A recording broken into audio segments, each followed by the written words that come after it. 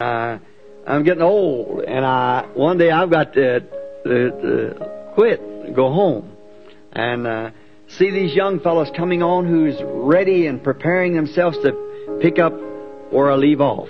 And that's the way we do. That's the way life is laid out. That one generation will move up, father and mother, they raise their little ones and see them marrying, the grandchildren come along, and after a while, down goes daddy and mother to the dust, and then by that time the children then is ready again for grandchildren, and then down they go. But there'll be a great gentle resurrection one of these days.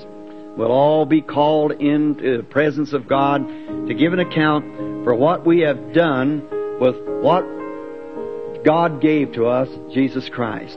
And so I'm so glad to know that I've lived in this generation with such a fine bunch of people that's around the world that I've met. I just thankful to God. And someday when my summons comes, well, I'll have to go meet the deeds that I've done. I want them to be all to the glory and honor of God. There's many of the things as we're approaching the new year that I wished I could forget about, but I know that I've confessed them as wrong to Him, and He put them in the sea of forgetfulness, and He won't never remember them no more.